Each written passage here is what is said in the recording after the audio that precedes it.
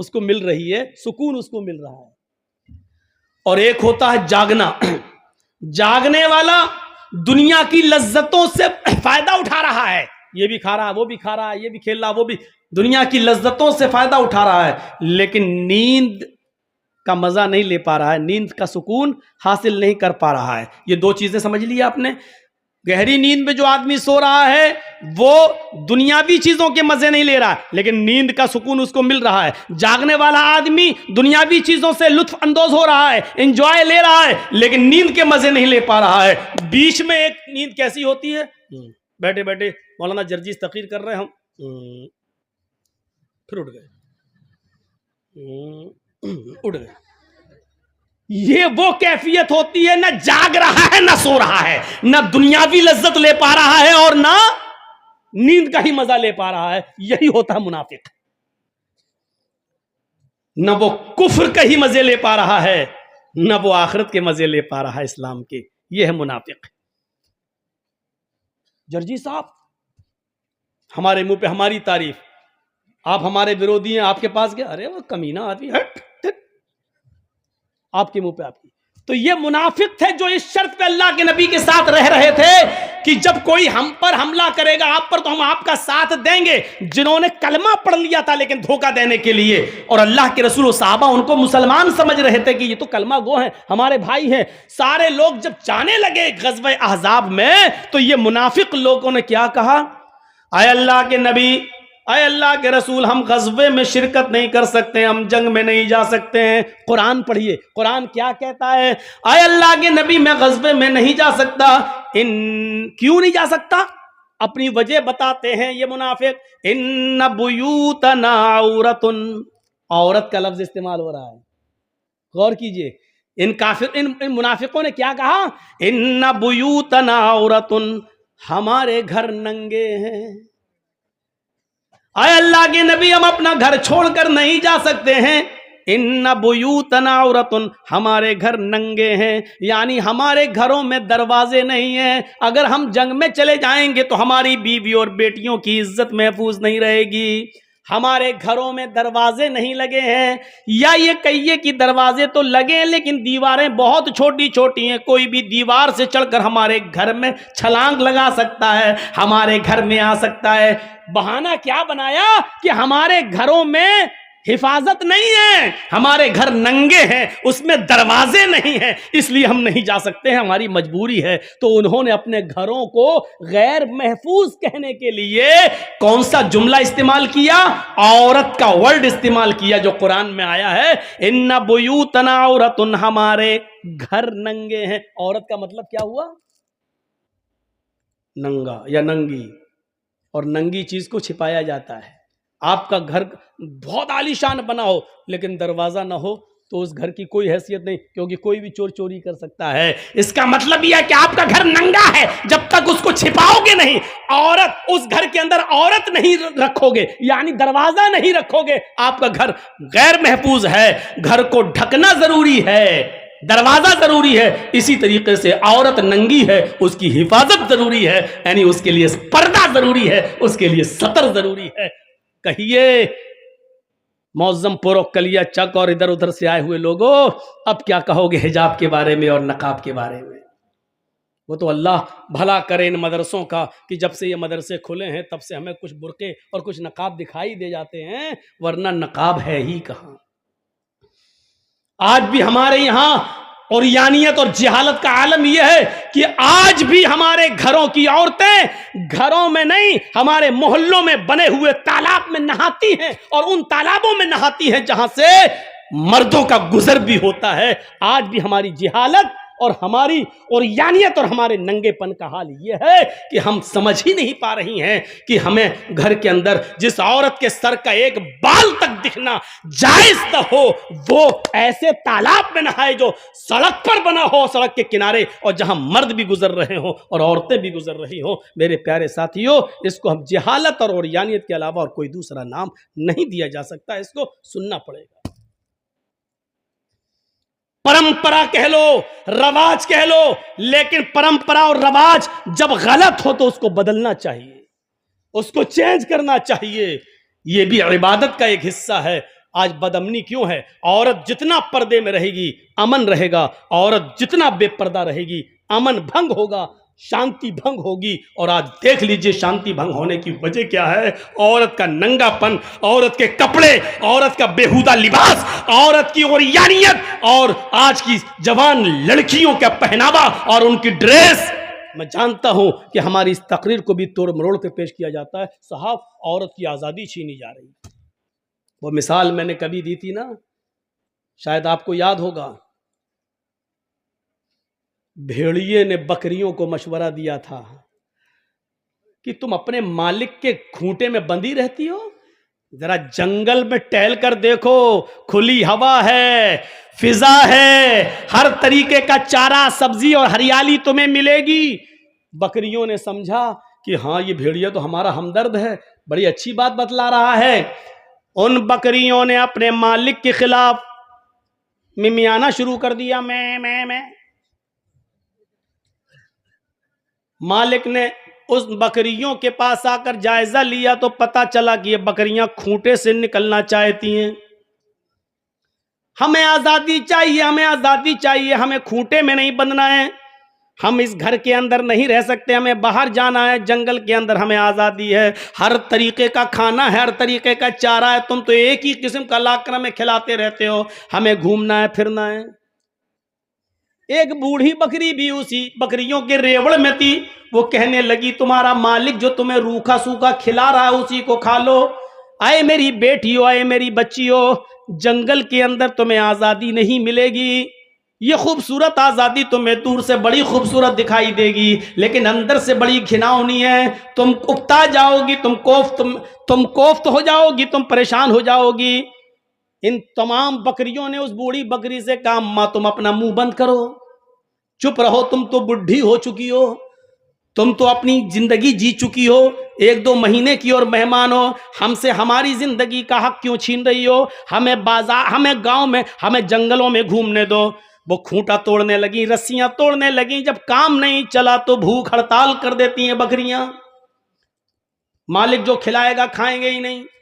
مالک نے سوچا کہ ان کے بھوکا مرنے سے بہتر ہے ان بکریوں کو ان کی آزادی دے دی جائے جو مانگ رہی ہیں۔ مالک کو رحم آ گیا اور مالک نے ان بکریوں کی رسی کو ڈھیلا کر کے چھوڑ دیا۔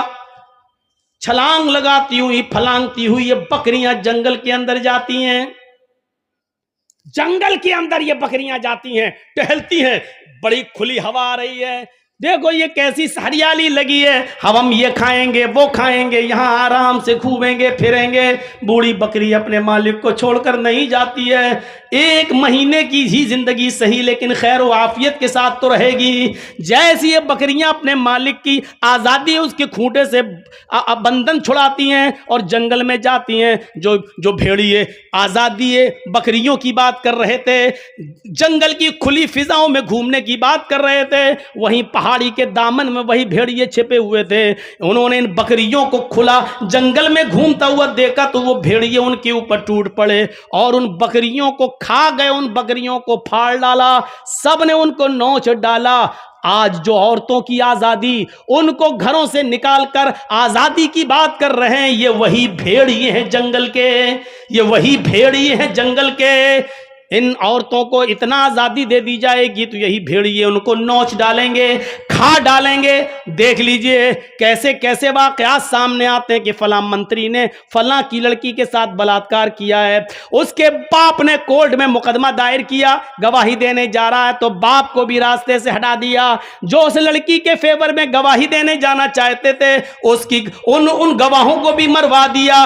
آج دیکھ لیجئے میرے پیارے ساتھیوں، یہ واقعات آپ کو بہت آسانی کے ساتھ سننے کو مل جائیں گے، پڑھنے کو۔ جو آزادی نسواں، عورتوں کی آزادی کا نعرہ لگاتے ہیں، وہی چھپے ہوئے بھیڑیے ہیں جو ان عورتوں کی آزادی کا ناجائز فائدہ اٹھاتے ہیں۔ ورنہ بتاؤ کون سا ڈپارٹمنٹ آج ایسا ہے جو بدنام نہ ہو، اور جہاں لڑکیوں کو ان کی مرضی کے مطابق اگر کوئی سروس یا کوئی نوکری ملتی ہے اور ان کا جسم صحیح سلامت رہتا ہو، کوئی ایک ڈپارٹمنٹ بتا دو جہاں ان کو ان کی مرضی کے مطابق ڈپارٹمنٹ ملنے کے لیے ان کے جسم کا سودا نہ کیا جاتا ہو، اور اس معاملے میں فلمی دنیا سب سے زیادہ بدنام ہے۔ میرے پیارے ساتھیوں، یہی وہ آزادی ہے جو تم مانگ رہی ہو، اور یہ وہی بھیڑیے ہیں جو تمہاری آزادی کی فکر کر رہے ہیں اور تمہیں حق دلانا چاہتے ہیں۔ میرے اس معاملے کو ہماری ماں اور بہنوں کو سوچنا پڑے گا اور سمجھنا پڑے گا۔ اسلام نے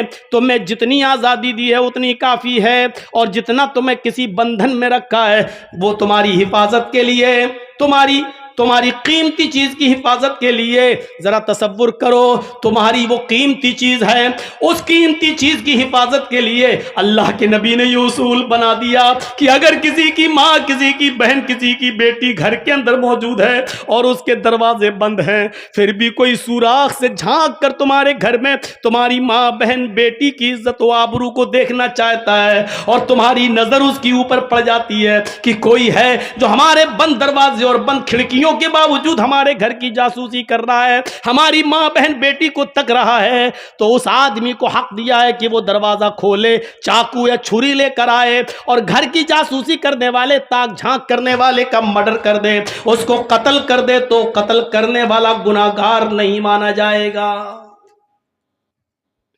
ہم بھارتی لاء کے حساب سے بات نہیں کر رہے ہیں، ہم اسلام کی پیرائی میں بات کر رہے ہیں۔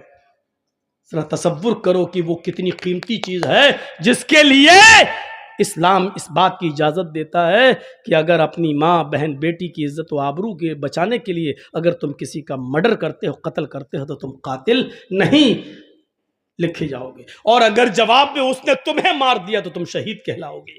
ذرا تصور کیجیے کہاں ہیں ہم۔ تو منافقوں نے کون سا لفظ استعمال کیا تھا؟ عورت۔ ان بیوتنا عورت، ہمارے گھر ننگے ہیں۔ آئیے، قرآن نے جو پردہ بتایا ہے، قرآن نے جو پردہ بتایا ہے، جن لوگوں سے پردہ بتایا ہے، وہ ایک لمبی لسٹ ہے کہ ان سے پردہ، ان سے پردہ، ان سے پردہ، ان سے پردہ، اور جن سے پردہ نہیں ہے اس کی بھی ایک لمبی لسٹ ہے، ان سے پردہ نہیں، ان سے پردہ نہیں، اس میں باپ بھی شامل ہے، سسر بھی شامل ہے، ان سے پردہ نہیں ہے۔ اسی طریقے سے ساس کا داماد سے پردہ نہیں ہے۔ پوری ایک لسٹ ہے قرآن کی۔ اس لسٹ کو بتاتے بتاتے قرآن کریم میں یہ آیت بھی موجود ہے، اب الطفل الذی لم یظہروا علی عورات النساء، یہاں پر بھی عورات کا لفظ استعمال ہوا ہے، یہاں پر بھی عورت کا پلورل عورات یوز کیا گیا ہے۔ اب الطفل الذی لم یظہروا علی عورات النساء، طفل کہتے ہیں چھوٹے سے بچے کو، طفل جو بچہ بھی گھٹنوں کے بل چلتا ہے یا اٹھ کے چلتا ہے، 5-6 سال کا ہے، چل رہا ہے، اٹھ رہا ہے، قرآن اس بچے کے بارے میں کہہ رہا ہے، اے عورتوں، اے خواتین، اے میری بندیوں، تم ان سے پردہ نہیں کر سکتی ہو۔ سسر سے پردہ نہیں ہے، شوہر سے پردہ نہیں ہے، بیٹے سے پردہ نہیں ہے، ان سے پردہ نہیں ہے۔ اب الطفل الذی لم یظہروا علی عورات النساء، تمہیں پردے میں چھوٹ دیتے ہوئے ان بچوں کو سے بھی پردہ نہ کرنے کی چھوٹ دی جا رہی ہے کہ تم ان بچوں سے بھی پردہ نہیں کر سکتی ہو۔ علی عورات النساء، جو ابھی عورتوں کے پردے، ان کی ستر، ان کی شرمگاہ اور ان کے ننگے پن کے بارے میں نہیں جانتے، یعنی ان بچوں سے بھی پردہ نہیں ہے جن کو ابھی عورت کے خفیہ اندرونی معاملات کے بارے میں جن کو علم نہیں ہے، ان بچوں سے بھی پردہ کی چھوٹ ہے، تم ان سے بھی پردہ نہیں کر سکتی ہو، کوئی گناہ نہیں ہے۔ تو بتانے کا مقصد یہ تھا کہ یہاں کیا استعمال کیا گیا؟ عورت کا پلورل عورات، یعنی ان سے بھی پردہ نہ کرو، کھلے، ان کے سامنے بھی کھلے عام آ سکتی ہو، ان کو اپنی گود میں بٹھا سکتی ہو، اور چھوٹے چھوٹے بچوں کو اپنی گود میں لے کے تم ان کو بھی چوم سکتی ہو، بوسہ لے سکتی ہو، کوئی حرج کی بات نہیں ہے۔ چھوٹے چھوٹے بچوں سے تم ہاتھ بھی ملا سکتی ہو، مصافحہ بھی کر سکتی ہو۔ یہ ہے اسلام۔